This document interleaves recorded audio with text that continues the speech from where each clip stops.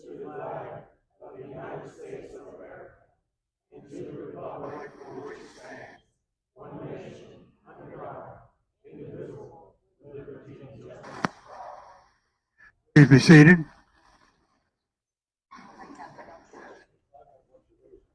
Welcome. I am Chris Thurner, your moderator for this evening. Tonight's timekeeper is Tom Canning. Jeannie Strait will be providing a paper copy of the questions to each of the candidates. Candidates tonight for commissioner and the upcoming party election are from District 3, Marcus Hill and Cody Smith, and in District 5, Michael Harris and Ben Casey. Please join me in thanking these men for offering to serve the people of Camden County as a county commissioner.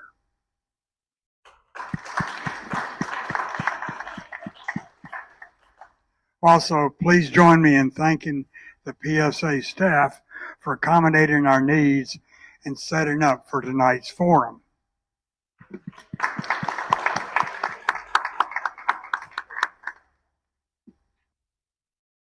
Couple of housekeeping rules. Restrooms are right through there, outside the door there, right there on your right. Minimize distractions and interruptions. Please turn off all cell phone ringers. And if you need to make a call, go outside.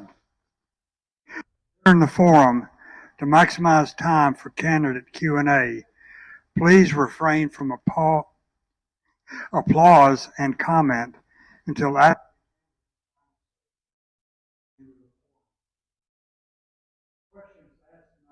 product of public input.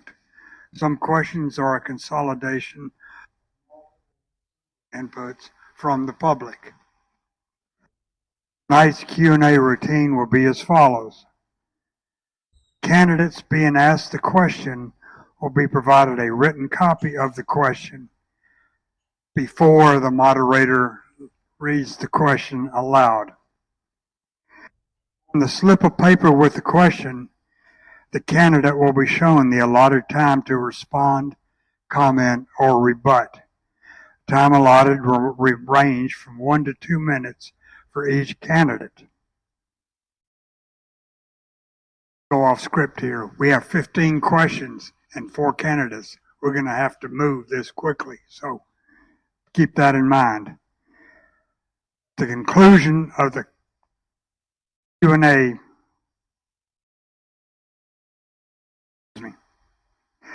some question will be asked of all 4 candidates, and others will be specific to 1 or 2 candidates. Again, all instructed on the question page provided.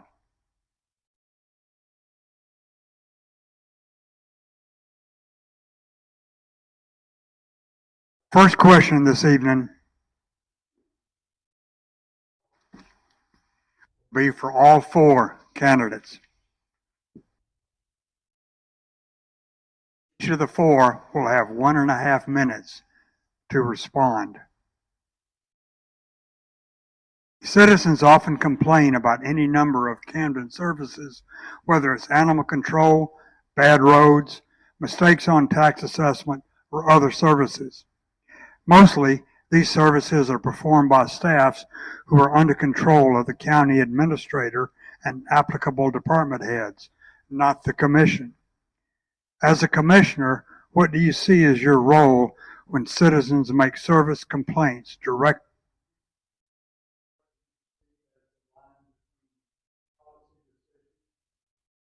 funding and customer satisfaction?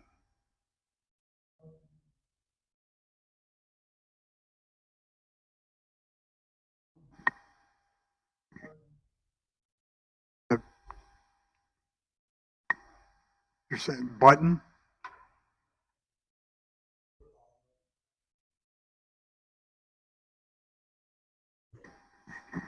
One, two.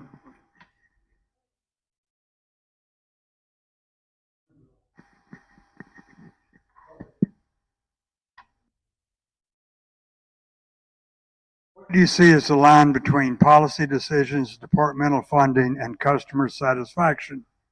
As a commissioner, where does your authority and responsibility begin and end? Mr. Smith, you're up first.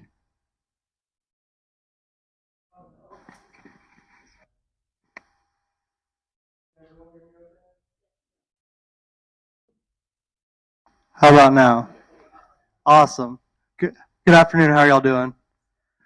So the question is, what do you see as the line between policy decisions, departmental funding, and customer satisfaction?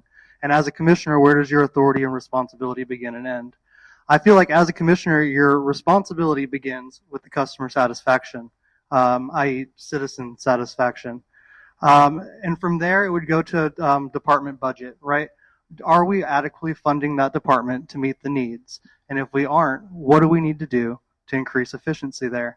Where does my responsibility end? When we've met the citizens' needs. That seems pretty clear cut. Thank you. Good evening, everyone. So, as a commissioner, literally, you're part of a team, a greater team, okay? Your responsibility is to represent the interests of your constituents, but also you have to operate on a bigger team with the other commissioners as well as the county administrator and the department heads. So when citizens bring concerns to the commissioner, it's our responsibility to react to those concerns and work together with the county administrator and to ensure that they have an understanding of what the concerns are and that they're taking those for action. If they need assistance in terms of what the commissioners can provide as it relates to funding and policy changes and so forth that may enable them to do a better job, if that's the case of meeting the customer or the constituents' needs, then that's what the commissioner should do. I think we have to work in parallel with everyone, because at the end of the day, the department heads, the county administrator, they're citizens too. So they should have the same interest as it relates to receiving the services that they also provide.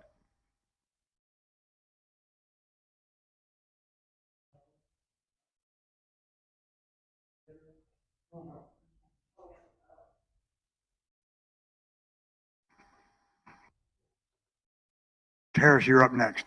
Thank you. Thank you. This question goes to what I have talked about from the beginning, and that is the actual organizational structure of our county government, with the county administrator having too large a span of control. And so I think we need to take a look at the organization and how we might restructure it so that any complaint will get the appropriate attention in a relatively timely manner. We need to look at whether it is it a common complaint, or is it just a singular complaint? Is it something that is repetitive in nature and is something that's common across the go? I would reach out to the other commissioners to see if they're receiving the same kinds of issues in their district, to see what kind of issue it is and what resources we have to address it. So span of control, I think we need to look at how our government is set up and and how we are set for resources to address any complaints. The complaint, let's see, what was it? Where's your authority and responsibility begin and end? The authority is given by the citizens and the voters. Responsibility is for me to address it from the beginning, and it only ends when the issue is resolved.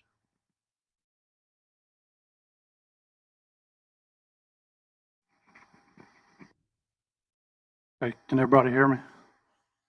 All right, the way I work it, when I get a complaint, depending on what it is, say somebody's trash hasn't been picked up, I then get in touch with either the administrator or the deputy administrator, because the organizational chart is split. The administrator has the ultimate charge, but the deputy administrator can also handle his areas of responsibility. Like right now, the road department is under the deputy administrator. So when you have a question about the ditch needs to be cleaned out, I don't go to the department head. I go to their boss. I might copy the department head on an email, but I forward them the issue. Now, if the citizen is still not satisfied with that issue, I go out and meet with the citizens.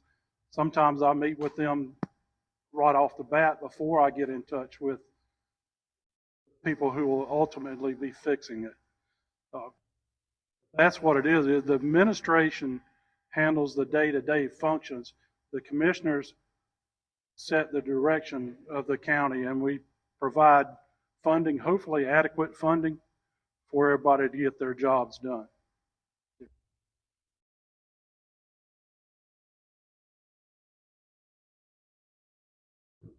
Next question is for all four candidates.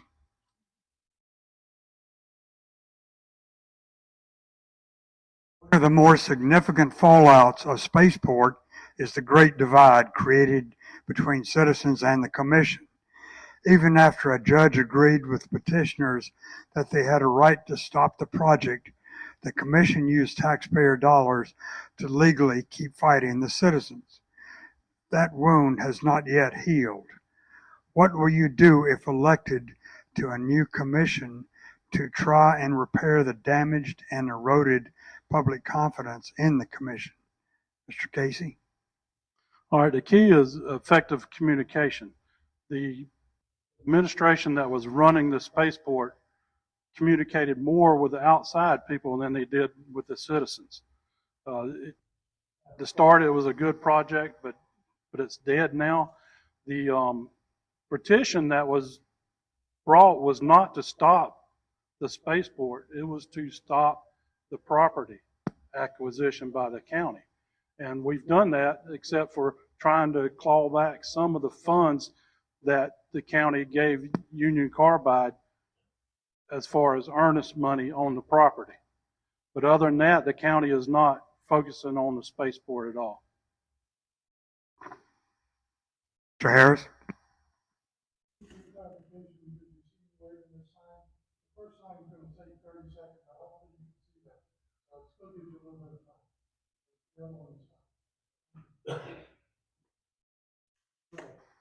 Camden is poised for healthy growth with the right leadership.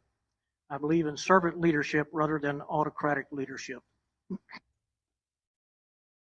have enough of business closures. Youth don't have much to do. The skating rink, the bowling alley, the theater. We have enough with litigating against voters. The March 22 referendum, it should have never been challenged by the county. That went all the way to Supreme Court, and that's sad that had to happen. There's also other lawsuits out there, and we need to let the voters decide what goes on.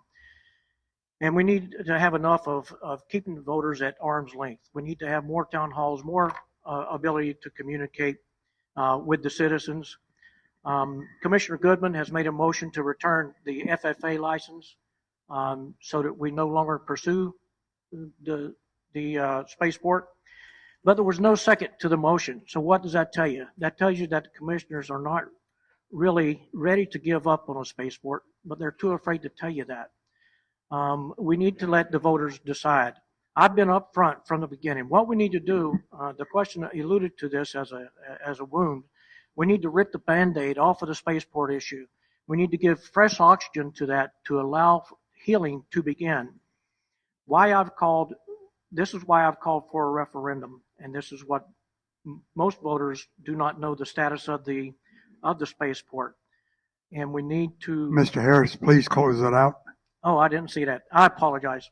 Most voters' issue are a reduction of taxes, and the spaceport is another issue that I'd need to speak to at length. I hate these timed. I want to sit down with you and talk with you.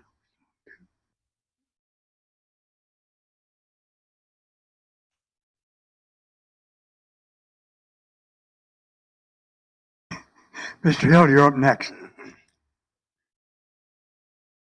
What would I do to try and repair the damage and the erosion of public confidence in the commission? Literally on day one, I try to bring closure to the spaceport issue. Right now, as my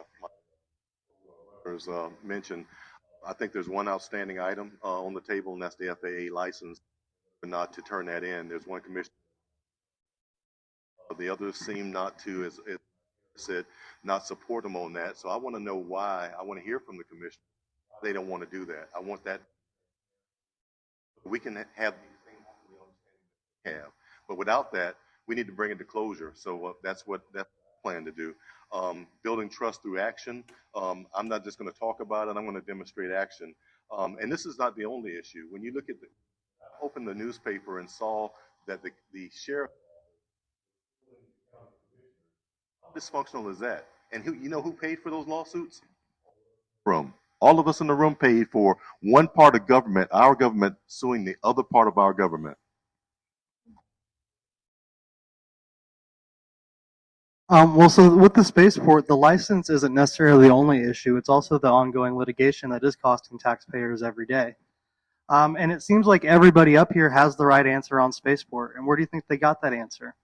From the citizens who told them what they wanted, which is exactly why we're talking about getting rid of the license and ending litigation, because that's what the people said that they wanted.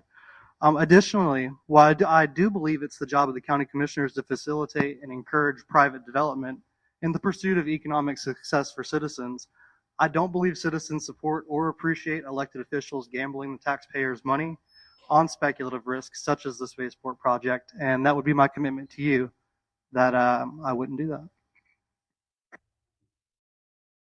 The next question is directed at Mr. Harris, with Mr. Casey having the opportunity for comment or rebuttal.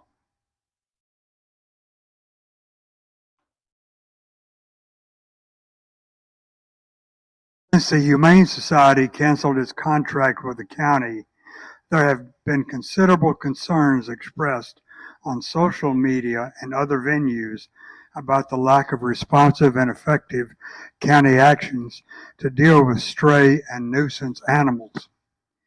Many consider this not just a nuisance issue, but one of health and safety.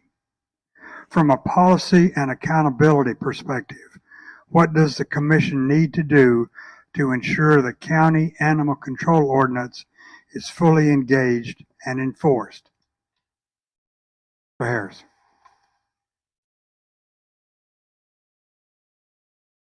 Okay, in 2023, I believe it was June, the Humane Society ceased contracting with the county with regards to animal control.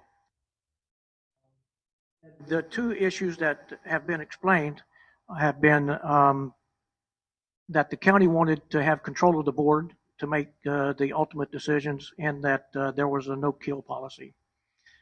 I believe that we need to look at contracting with the Humane Society again, because I don't know of any other entity that deals with animal control. And I've had a personal experience. In June of 2023, I was away from home, and we actually had a mangy dog, very unhealthy, show up at my home, and my wife called me to ask what to do. I had her crate the animal and call animal control. What happened? Animal control did show up with a bag of food to leave for us to feed and care for the animal. That's ridiculous. That is not animal control. That's animal ignoring. So we need to come up with a cogent policy, and I believe we can do that. There's no reason why we can't collaborate with someone to perform good services for animal control for the safety of the community.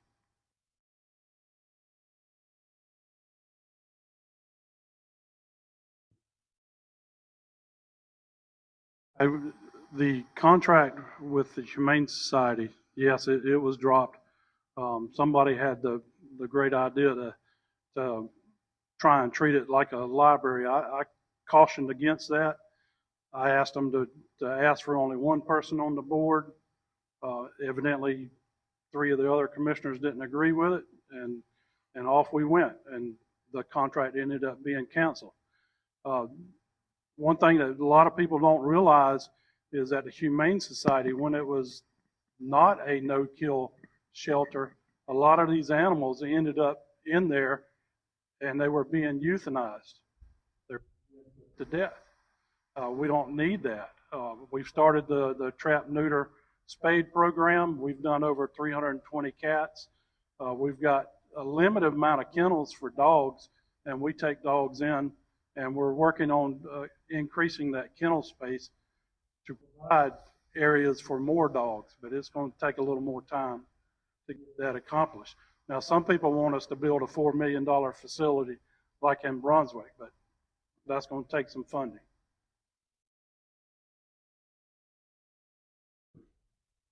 The next question is directed to Mr. Smith and Mr. Hill. Cumberland Island is a world treasure. It is a mecca for historians, naturalists, conservationists, campers, and general tourists. Unresolved for the past 8 years is a hardship variance request submitted by Lumar LLC, the umbrella group that represents heirs of Coca-Cola. The request is to allow a 10-lot split subdivision on 88 acres that straddle both sides of an unpaved road connecting Cumberland Island National Seashore recreation and wilderness areas. Some fear that approving this hardship variance would be the first step to increase residential development on the island, forever stressing the island's assets and forever diminishing the experiences for visitors. As a commissioner, what actions will you take and how will you vote to resolve this 8-year-old hardship variance request? Mr. Smith. Well, I think this one's pretty easy. I spoke about this early on in my campaign. I don't support the rezoning of anything out there on Cumberland Island. The federal legislation was pretty clear that it wanted to leave Cumberland wild, and that's what I would support as the commissioner representing that district, or that part of the district. I wanted to circle back to something that Mr. Hill had touched on, and it involves the sheriff suing the county commissioners. He had to do that so that they get enough money to, one, pay the owed overtime to the deputies that have been working without that money being paid to them, as well as a pension and also employee retention. We were losing deputies to the north and south of us, and that kind of contributes to the lack of manpower at the sheriff's department. And now you'll see that we've had a return on that investment. We have more deputies coming into our area to work here. And also I've heard reference to it being the fault of the county administrators or the deputy administrator or the other commissioners. I believe as a county commissioner, you expect accountability from your representatives, and that's something that I'm going to offer as your county commissioner. I agree with Mr. Smith as it relates to the hardship variance, so I won't address that any further. But the circle back as it relates to the sheriff suing the county commissioners and that he had to do that. No, he didn't have to do that. You know, that's one of these issues that seems to be consistent as it relates to the Constitution. That particular constitutional officer and the commissioners, they have to work together. So the bottom line is that suing is an option, but that shouldn't be the option that's exercised, because folks should be able to get together, sit down in a room, and work it out, especially when they're dealing with our money. I mean, literally, we paid for the lawyers for the sheriff's office, and we paid for the lawyers for the commissioners, because grown people couldn't get together in a room, maybe even with a facilitator or mediator or whatever, and work through that. You know, I totally agree that the deputies should have received additional funds. I agree with that wholeheartedly, and I applaud the sheriff for being committed to that. But there are always other options than necessarily taking the nuclear option of what was actually done. To really, when you look at it, you know, I don't know how you all reacted when you read that in the paper. I mean, did you think, you know, in reality, I didn't think that I was. I had to read it twice, because I couldn't understand that level of dysfunctionality with professionals that are in positions that we elected them to serve us in.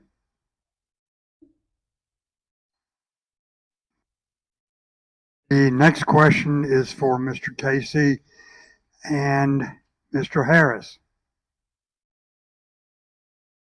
Majority of the commission favors budgeting a few $1 million to ensure that the FAA will designate Camden as an official replacement general aviation airport after St. Mary's Airport closed.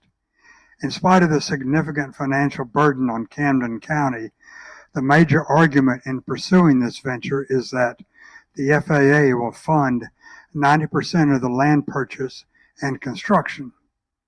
However, the daily forever jobs of managing such a facility will be the responsibility of the county. Since this is really a federally regulated landing strip for private plane owners and not a full-scale airport, should the county be adding yet another staff budget item and other financial burdens that only serve a specialized few, residents or not? Mr. Casey. Hey, this is a replacement airport. The 90% funding that the FFA will provide comes from user fees from anybody who flies, takes a trip out of Jacksonville. If we build it and there's at least 10 based aircraft here, the FFA will provide $150,000 a year to help maintain it.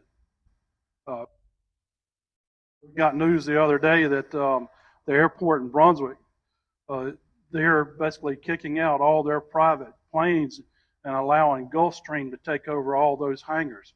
So those airplanes have got to have a place to go. To our south in Fernandina, there's a waiting list of 100 planes for their airport. They're going to be building more hangars, but they're not going to build enough to accommodate that need. Throughout the state of Georgia, I believe there's a need for at least 1,000 hangars. Why not build it here if the federal government pays 90% of it and the state pays 5% of it and we pay 5%, and we won't have to raise taxes to do that 5% because the cost of that will be over the lifetime of building that airport. I agree.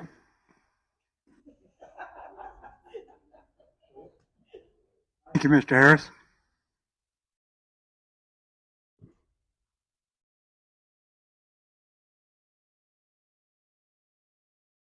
Next question is directed at Mr. Hill and Mr. Smith. Anecdotal information from the public suggests that the Commission often operates in a vacuum with little interest in what citizens or elected city officials think of county plans and actions. If elected, what would you do to change that perception or reality, whichever it is? Mr. Hill. But through my experience in leadership, a leader is accountable, and we have to be accountable. The commission has to be accountable to the citizens. Anecdotal information, it may be, but in a lot of cases, perception is reality. So literally, what I would really encourage and expect the commission to do is to be more transparent as it relates to what they're engaged in. In some earlier forums, each of us talked about the importance of town hall meetings. I asked in my district, when's the last time the county had a town hall district in District 3, and the response was consistent. Never. That's a problem. Our elected officials as well as the county administrator need to be out and about, not just pushing through social media and websites, but talking to the people and being present in those districts. There's nothing that Mr. Hill said that I disagree with, but something I think where we get it wrong is as far as lack of transparency with the public. There's a calendar of events posted online. There is online video access where you can watch live Board of Election meetings, county commissioner meetings. Those opportunities are available to citizens, but it seems like a lot of people just aren't aware of that. I'd like to see maybe an education campaign on making people aware of what their options are to become an informed citizen.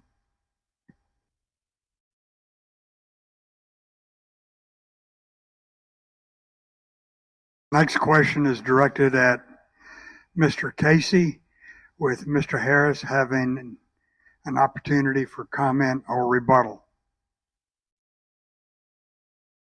PSA has voiced frustration with its inability to effectively finance and manage the parks within its current jurisdiction.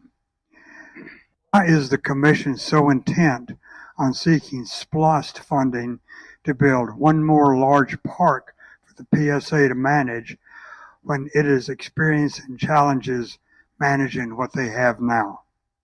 Mr. Casey. Okay, on the large park that would be part of Splosh, one reason why we're doing that is if you go to the ball fields now, there's over 1,000 people, kids signed up to play spring sports. There's no parking. The fields are in bad shape. You talk to the people at those parks, and they're in agreement that we need a bigger facility. But if we build a bigger facility, there's no guarantee that the county would let the PSA run it. The county might run it itself. As far as funding the PSA needs more money, no doubt about that. They need to have a countywide tax district created, which is in the original legislation, that would fund that park system. Part of it is, well, it's an example, the city of Kingsland might not want to give the PSA any more money. The county does. So the county is upgrading the county parks, but we can't do anything with the city parks.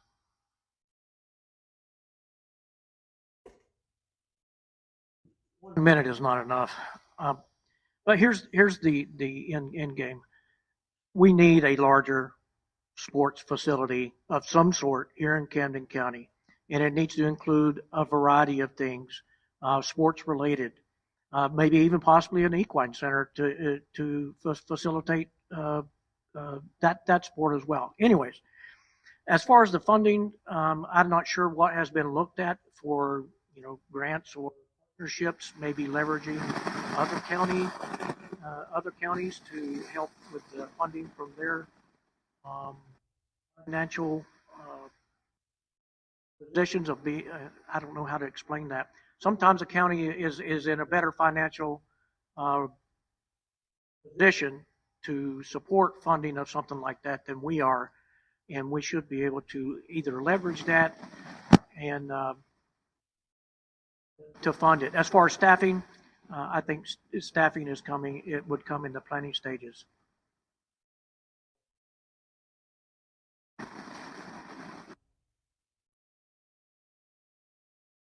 Next question is directed to Mr. Hill and to Mr. Smith.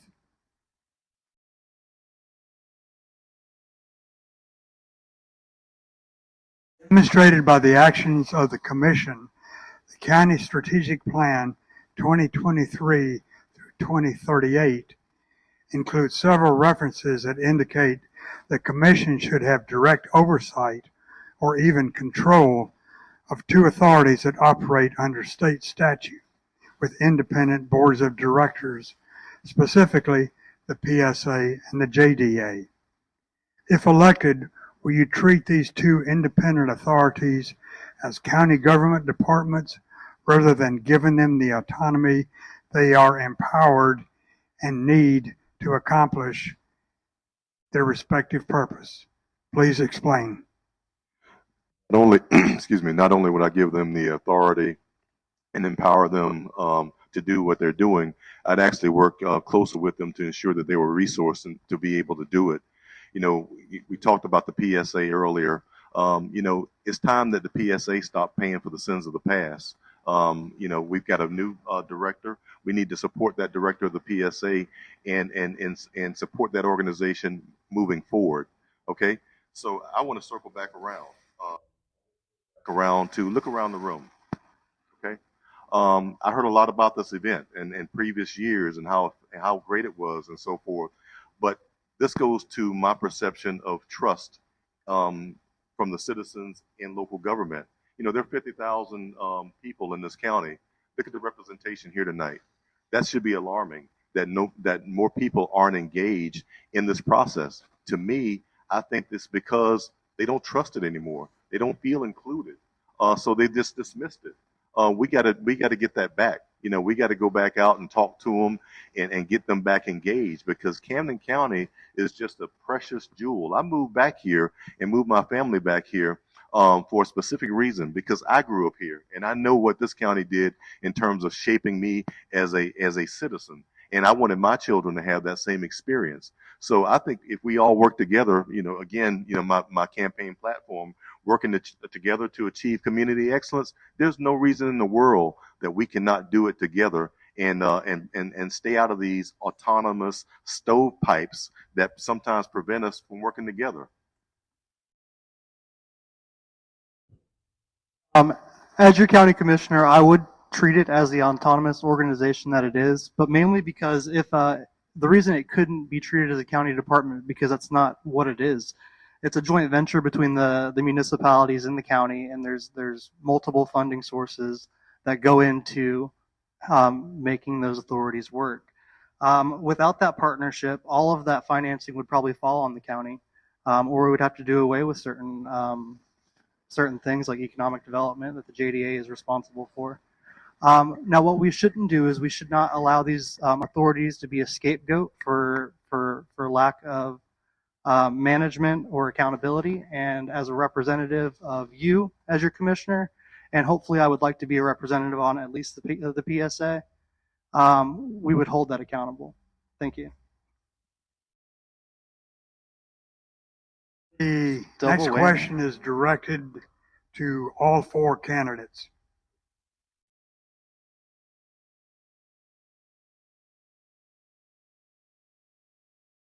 A decade ago, originally agreed to by city and county officials, 1 mil of annual tax revenue was promised the JDA.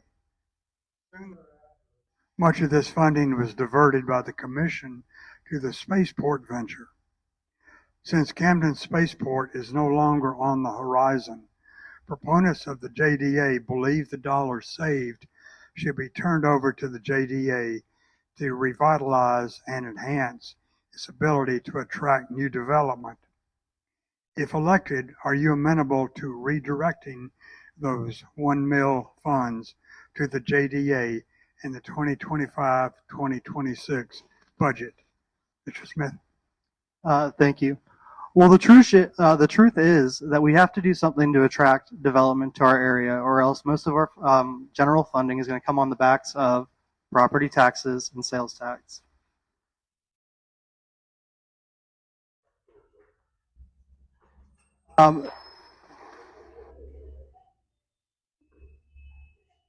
Apologize for the distraction.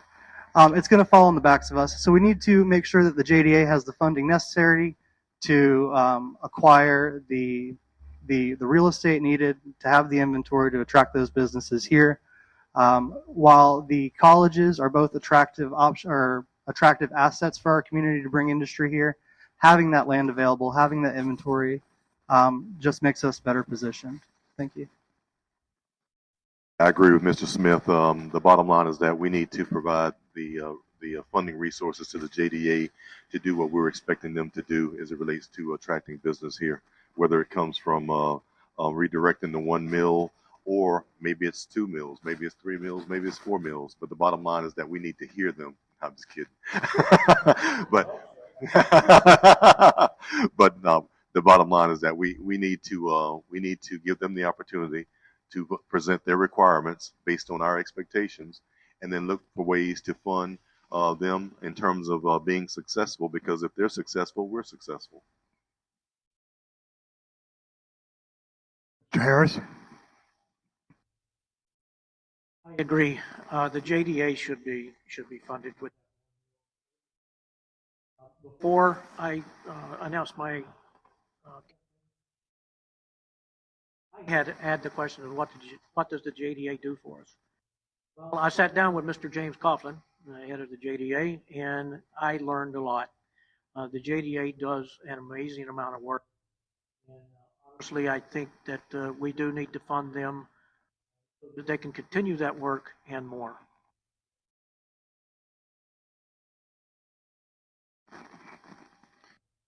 Okay, part of the agreement with the JDA and the county when that money was removed was if the JDA had any large fish on the line, so to speak, that the county would come up with the funding for that. But in this next year's budget, we're going through the budget right now. We're increasing the funding for the JDA if it passes through the budget. Also, in the current SPLOST negotiations, we are allocating, I think, $4 million for the JDA in the next SPLOST. That it also, if that passes. But yes, economic development is something we need. The property between 95 and 17 north of Kingsland and south of Woodbine is ripe for warehousing. There's a 4,000 acre block of property between Dover Bluff Road and Horsetamp Church Road that could be a mega industrial site if we push for it. But water and sewer would be the issue up there. But under my direction, we're talking to some water and sewer providers up there that will help out.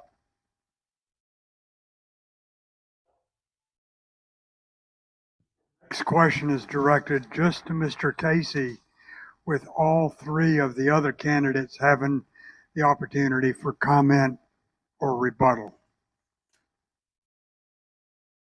In addition to the well-publicized noise problems at the Two Rivers Gun Range, some question the existence of this government-sponsored recreation facility on the community. The range is a nice-to-have amenity for some. It is certainly not on any list of basic required services a county government citizens. Is it time to sell the project to a private company that may be better positioned to operate it, resolve the taxpayers of this obligation? Please explain. Mr. Casey. Okay, we're going through the budget right now, and if you remove the depreciation, the gun range would be breaking even right now. But because you got to account for depreciation, it looks like we're losing money on it, but we're actually close to breaking even if we're not breaking even now. What a lot of people don't also understand is because of the grant we got from DNR, if we were to close that gun range down, we would have to refund all that money. And that's an awful lot of money. But now, as far as the noise, I went out to that complainant's property. I've been out there several times, and the times that I was out there, you have to strain to hear it. Now, his neighbors, talk to his neighbors. They don't have a problem with the gun range. People closer to the gun range that we've talked to, they don't have a problem with the gun range. So I think the gun range is good. It's about to break even if it's not already.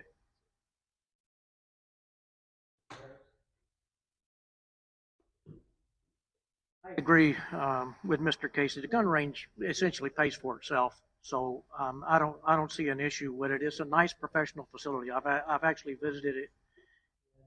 I was actually impressed with the offer, and that would go contrary to me wanting to make Camden County a Second Amendment sanctuary. I think the gun range.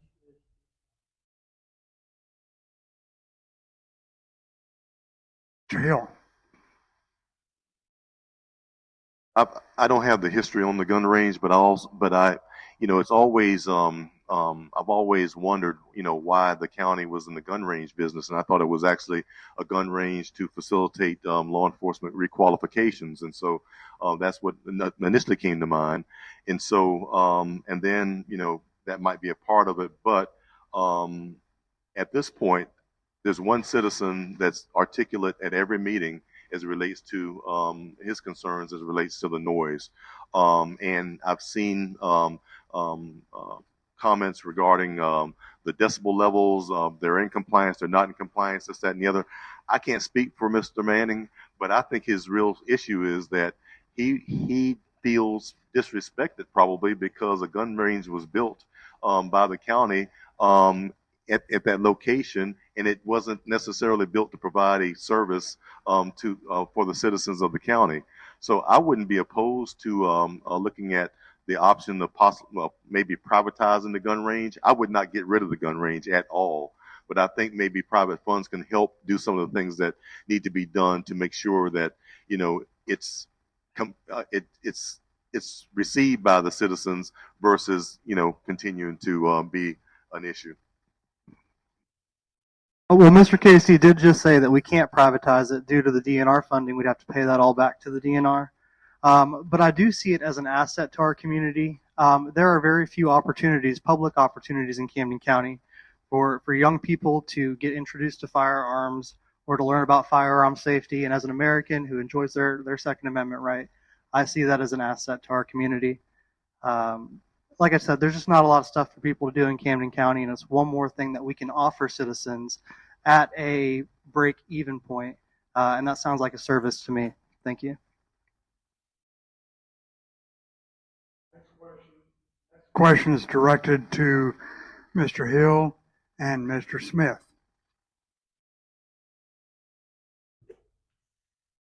Annual county budget grows larger each year with what many think are non-essentials. What is your expertise in financial management, and what 3 things would you do to limit unessential ventures and projects and better control essential spending? Mr. Hill? Well, I have a lot of experience in financial management of large, complex organizations based on my former life, where I actually oversaw budgets in excess of $100 million annually in lots and lots and lots of assets. So I'm very familiar with this. So one of the things that I would do is ensure that we have a process in place that really is transparent to everyone, so that everyone understands the process, where the department heads are solicited for their requirements. You receive their requirements related to the budget.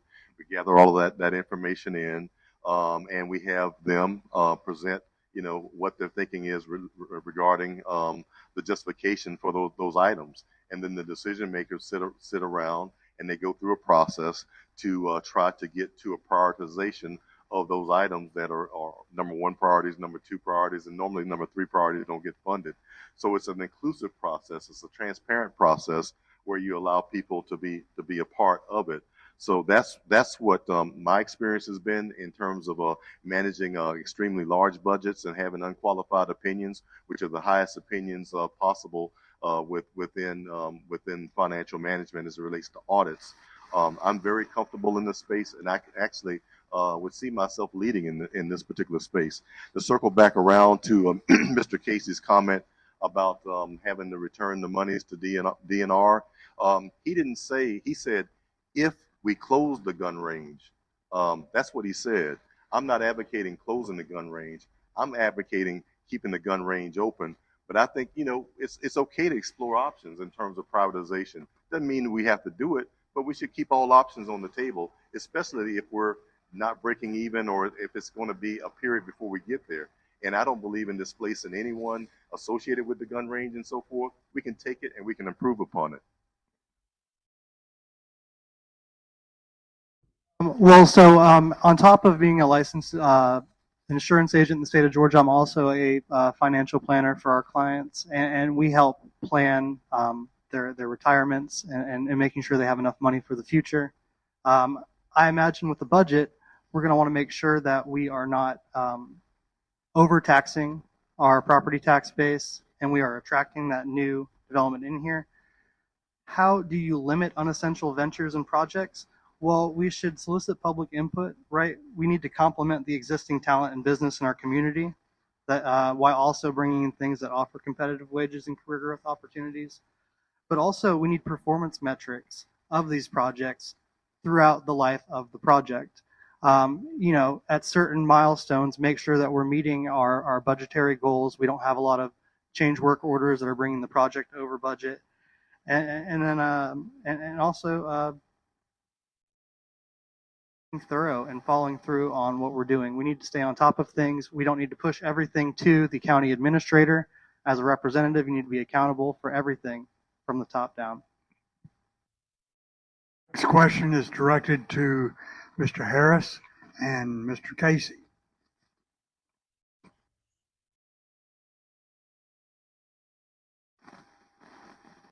Cumberland Island is subject to Camden County codes and ordinances.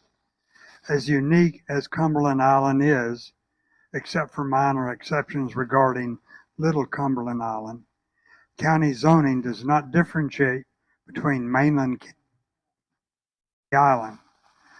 Should county codes and ordinances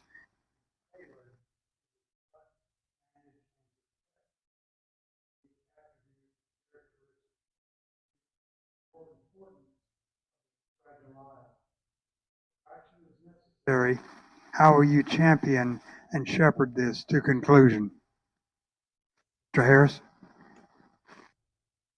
Okay, I'm going to say this is outside of my wheelhouse as far as being knowledgeable on, but in a short answer, I believe Cumberland Island and Lower Cumberland Island, some federal regulations that's actually applied there. And I would say we shouldn't get out of our wheelhouse, but that we should do what's necessary to protect the island. From our perspective, there's tailoring anything. I think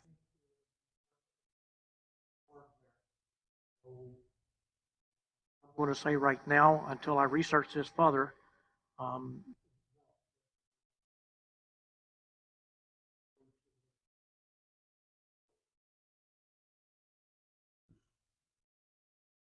A little history on it, on the zoning on Cumberland.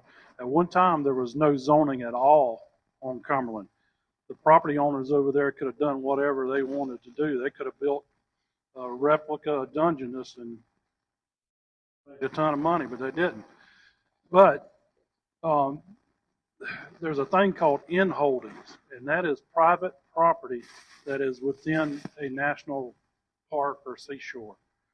Private property is treated just like it is on the mainland. That's why that ordinance or whatever was a decade ago or 8 years ago. But what we've done is the county has stepped back, and we're allowing the private property owners and the national park to negotiate. Last summer, we thought they had made progress where they could come up with an agreement. Well, August came and went, and they didn't have an agreement. So the national park and the private property owners over there are still negotiating that process. And the whole deal started when Lumar wanted a variance on a paved road. Our requirements for a 10-lot split requires a paved road. So you don't want a paved road on Cumberland, so we granted them the variance so they could divide their property without paving the road. That's all we did. The next question is directed to all four candidates.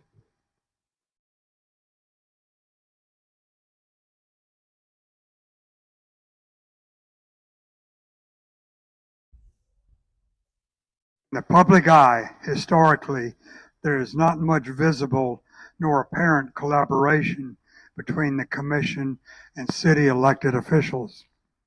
If elected, what proactive steps would you take to begin to ensure is visibly more inclusive of ideas other than from its own staff and personal agendas? Mr. Hill? So I would drive collaboration. One of the questions I've asked a couple of folks is, when's the last time the county, the municipality,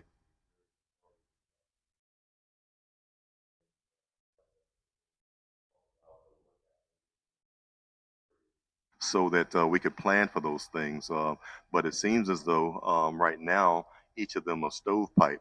But I believe that there's opportunity in bringing all these entities together, even though they have their various authorities, and working together for the citizens of Camden County. St. Mary's, Kingsland, Woodbine, all of these places are part of Camden County. So that needs to happen.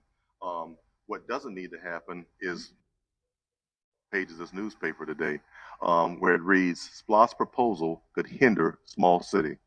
And when you read that, when you go back and read this, it's going to be appalling to you that we're even having a conversation about this. That's on the front page of the paper, where we're saying that one city, one municipality, may have to be unincorporated if these if certain officials decide to utilize a census-based approach to allocating SPLOST funds. That's unacceptable. That's unacceptable. It should be unacceptable to everyone in this room. Again, these professionals need to be able to get together in a room and figure it out for the greater good of this county.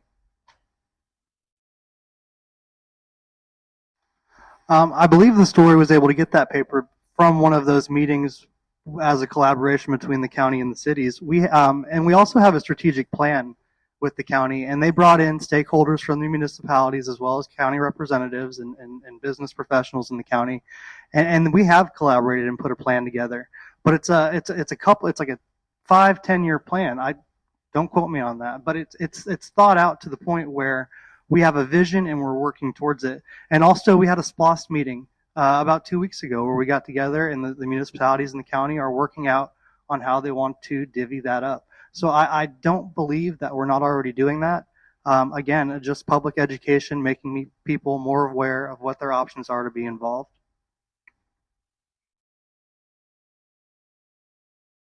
Mr. Harris. Don't be naive, but I'm surprised that this doesn't happen already.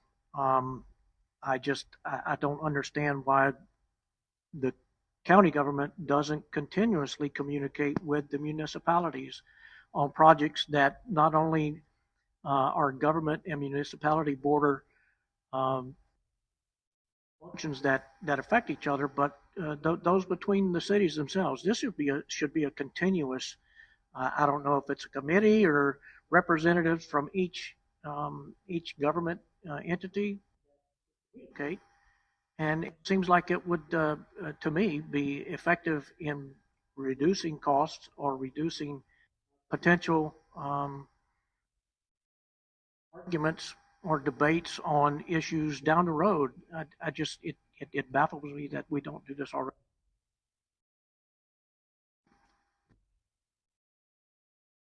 Simple thing is, we do it already.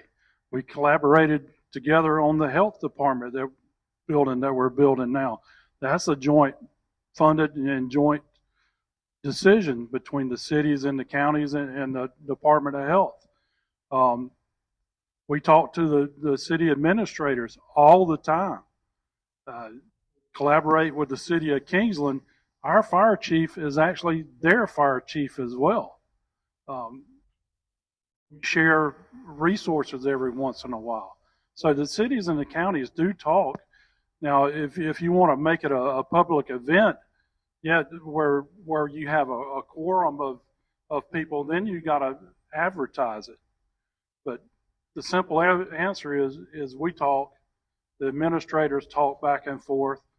So the public might not see it, but we're doing it.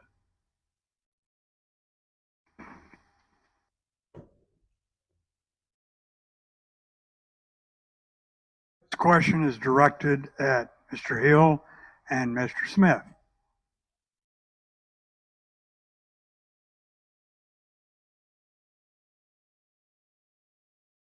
No Democrats or independents running in November for County Commission District 3. At the conclusion of the primary election, one of you will become the commissioner-elect.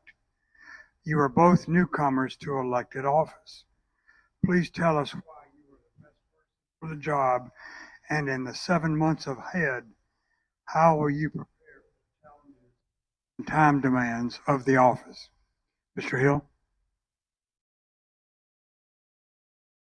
I want to be very careful in terms of the way I answer this question. You all probably saw the passion that came out, when I was talking about certain issues. That's because I love this county. I had the opportunity to move back home.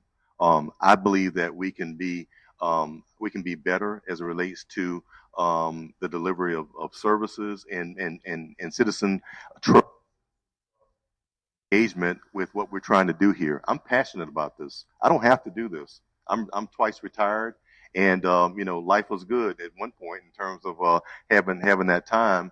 But I am so feel so purposely driven to get engaged and be a part of this because that's just the way it is at this point with me. And so what would I do? And why am I the best qualified person? Um, I've got the background. I've got the experience.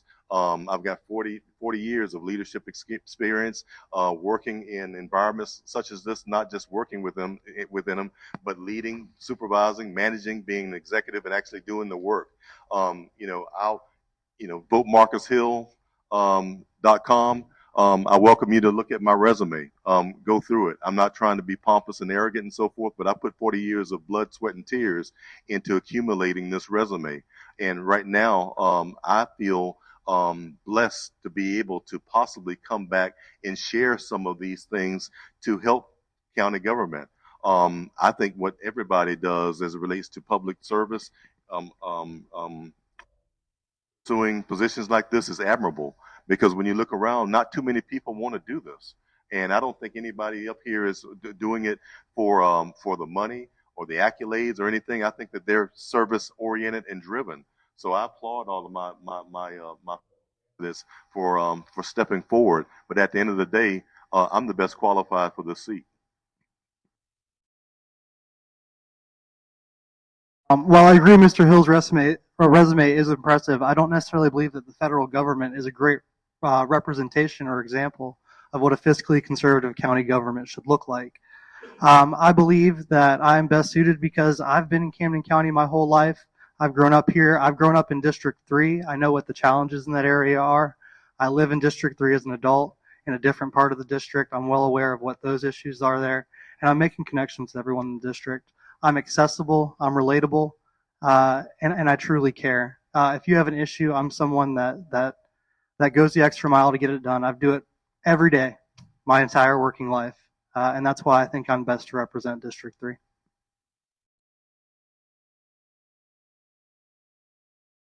This last question is directed at Mr. Casey and Mr. Harris.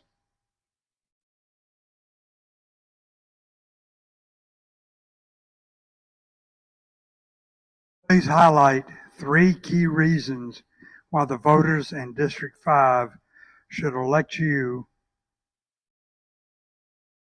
as their commissioner for the next 4 years. I'm assuming it's directed at Mr. Casey, with Mr. Harris having the same amount of time to comment or rebut. Casey. Hey, I've got the experience and some of the contacts necessary to go forward.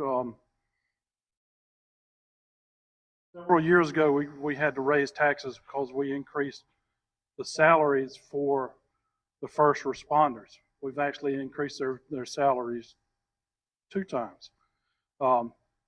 After that, the county commissioners have lowered the millage rate 3 years in a row. One time, 10% below the rollback rate. Hopefully we can continue to do that. Also, I want to push for more funding for the JDA, more funding for the PSA. The PSA has gone through over a decade of neglect under William Brunson, and the only way we can get the PSA out of its hole is more funding. And I've been pushing for that from day one after that scandal broke, and I was on the PSA board for 3 years. I pushed for changes on the PSA board. I wanted it to be an all-elected board that only did recreation. I'm still pushing that way. I wouldn't mind if the county took over the PSA, but that's up to the cities dropping out.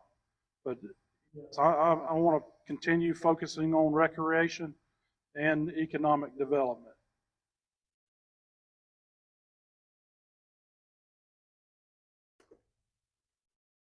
Things. That's a tough one, especially in 2 minutes. I think I would point out the trust issues that the public has with the county commissions right now, the spaceport issue, and relationships. Here's where the county went wrong with the spaceport issue. They failed to manage expectations by keeping voters informed. Number two, we should never have legally challenged the March 22 referendum and had it taken all the way to the Georgia State Supreme Court. And three, we should have held another referendum in a general election with clear language where yes means yes and no means no, so that the voters could vote being informed. How many of you were aware of the e-commerce referendum that was on this last ballot?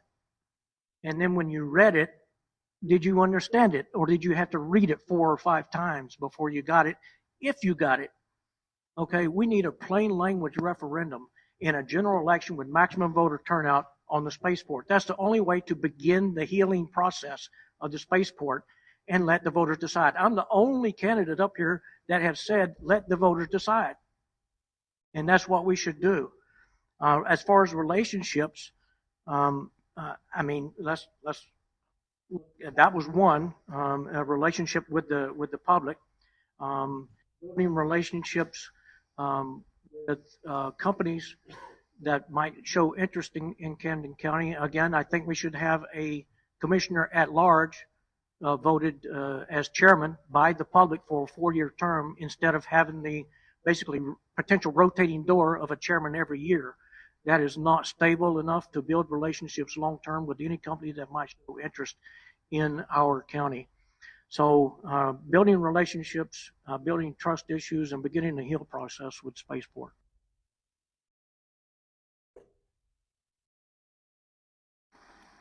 This concludes the question and answer. Please forgive me for mangling the last question. Fortunately, the candidates had the correct wording of the question in front of them, and I think they realized what they were supposed to do. Welcome to applaud if you wish to.